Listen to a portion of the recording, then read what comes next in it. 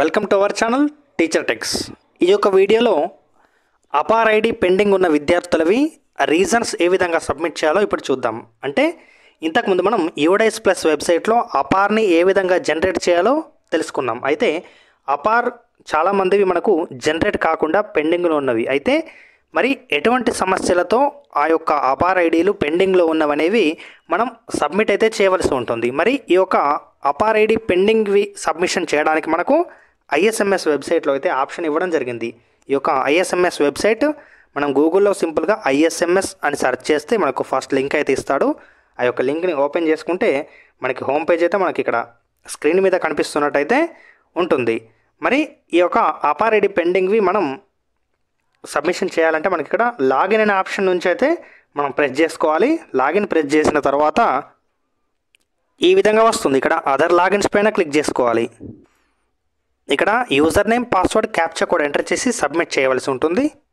Submit చేశాక మనకు ఈ విధంగా వస్తుంది. ఇక్కడ చాలా రకాల ఆప్షన్స్ చూపించడం జరిగింది.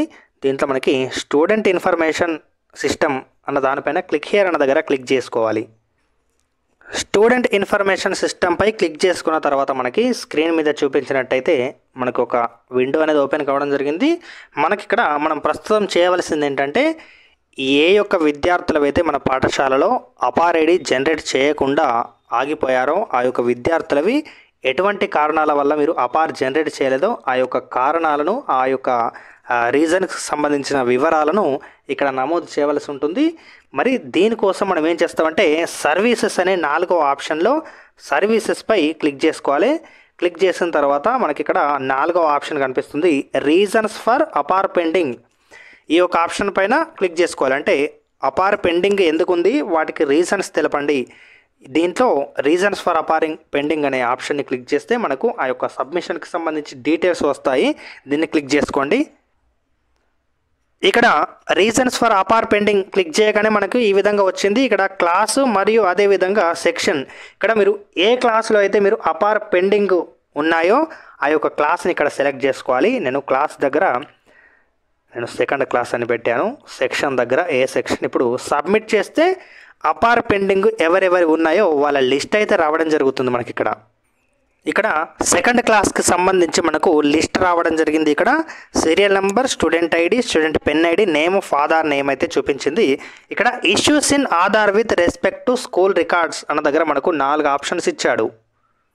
అంటే ఇక్కడ మనకు స్కూల్ రికార్డ్స్తో పోల్చుకుంటే మీకు ఆధార్లో ఎటువంటి ఇష్యూస్ ఉన్నాయి వీటికి సంబంధించి ఇక్కడ మనం చూడొచ్చు. అంటే మీకు అపార్ పెండింగ్ అప్పుడు మీరు ఏ విధమైన ఎర్రర్ వల్ల మీరు ఇక్కడ అపార్ జనరేట్ చేయలేకపోయారో మీరు ఇక్కడ చూపెట్టచ్చు. అంటే నేమ్ అనేది మీకు మిస్ మ్యాచ్ అవ్వడం వల్ల కాలేదా, దీనివల్ల చూసుకుంటే ఎస్ అని పెట్టచ్చు. ఇక్కడ ప్లీజ్ సెలెక్ట్ చెక్ బాక్స్ అని ఉంటుంది. అంటే స్టూడెంట్ ముందున్న చెక్ బాక్స్ అయితే దాన్ని టిక్ చేసుకోవాలి మనం. ఇక్కడ నేమ్ దగ్గర మనకి ప్రాబ్లం ఉంటే ఎస్ అని పెట్టడం జరిగింది. ఒకవేళ డేట్ ఆఫ్ బర్త్ దగ్గర ప్రాబ్లం ఉంటే ఎస్ అని పెట్టవచ్చు. జెండర్ దగ్గర ప్రాబ్లం ఉంటే ఎస్, లేకపోతే no. Next parent consent for APAAR కోసం పేరెంట్ కన్సెంట్ తీసుకున్నారా, ఇక్కడ ఎస్. రిమార్క్స్ దగ్గర మీకు ఇంకేమైనా డీటెయిల్డ్గా టైప్ చేయాల్సి ఉంటే మీరు ఇక్కడ టైప్ అయితే చేయవచ్చు. రీజన్స్ రిమార్క్స్ దగ్గర ఇక్కడ టైప్ చేసి చివరగా సేవ్ పైన క్లిక్ చేస్తే సేవ్ అయితే అవ్వడం జరుగుతుంది. అయితే మీరు ఇక్కడ సబ్మిట్ చేయవలసిన కంటే ముందు ఖచ్చితంగా రిమార్క్స్లో కూడా మనం టైపింగ్ అయితే ఏదో ఒకటి మనకు చేయవలసి ఉంటుంది. ఆ విధంగా రిమార్క్స్ టైప్ చేసిన తర్వాతనే సేవ్ చేయాలి. సేవ్ చేయగానే మనకి చూడండి ఈ విధంగా వచ్చింది, డేటా సేవ్డ్ సక్సెస్ఫుల్లీ. నెక్స్ట్ మనం సబ్మిట్ చేసిన తర్వాత మరి ఈ యొక్క రిపోర్ట్ని చూడాలంటే ఇక్కడ సింపుల్గా రిపోర్ట్స్ పైన క్లిక్ చేసిన తర్వాత APAAR ID pending reason details report 2వ ఆప్షన్ క్లిక్ చేస్తే మనకి డైరెక్ట్గా ఓపెన్ అవ్వడం జరుగుతుంది. మనం ఎవరెవరి అయితే పెండింగ్ ఉన్నావో వాళ్ళవి ఎంతమందివి సబ్మిట్ చేశాం, ఎంతమందివి సబ్మిట్ చేయలేదు, ఎటువంటి మిస్ మ్యాచింగ్ వల్ల, ఎటువంటి ఇష్యూస్ వల్ల మనం అపార్ జనరేట్ చేయలేకపోయామో మనకు క్లియర్గా మనం సబ్మిట్ చేసిన డీటెయిల్స్ అయితే కింద చూపించడం జరుగుతుంది. ఓకే, ఈ విధంగా మనం అపార్ జనరేట్ చేయలేకపోయాము కాబట్టి వాళ్ళవి ఎటువంటి మిస్టేక్స్ వల్ల, ఎటువంటి మిస్ మ్యాచింగ్ వల్ల అపార్ జనరేట్ చేయలేకపోయామో ఈ విధంగా మనం క్లియర్గా అయితే మనం సబ్మిషన్ అయితే చేయవచ్చు. దీనికి యూడైస్ ప్లస్ వెబ్సైట్తో అయితే సంబంధం లేకుండా ఐఎస్ఎంఎస్ వెబ్సైట్లో అయితే ఈ విధంగా చేయవచ్చు. నేను ఒక వెబ్సైట్ యొక్క లింక్ అనేది కింద డిస్క్రిప్షన్లో ఇచ్చాను, మీరు డైరెక్ట్గా ఓపెన్ చేసుకోవచ్చు. అండ్ అదేవిధంగా మన ఛానల్ అయితే సబ్స్క్రైబ్ చేసి మన టెలిగ్రామ్ గ్రూపుల్లో, అదేవిధంగా మన వాట్సాప్ గ్రూపుల్లో జాయిన్ కండి. Okay, thank you.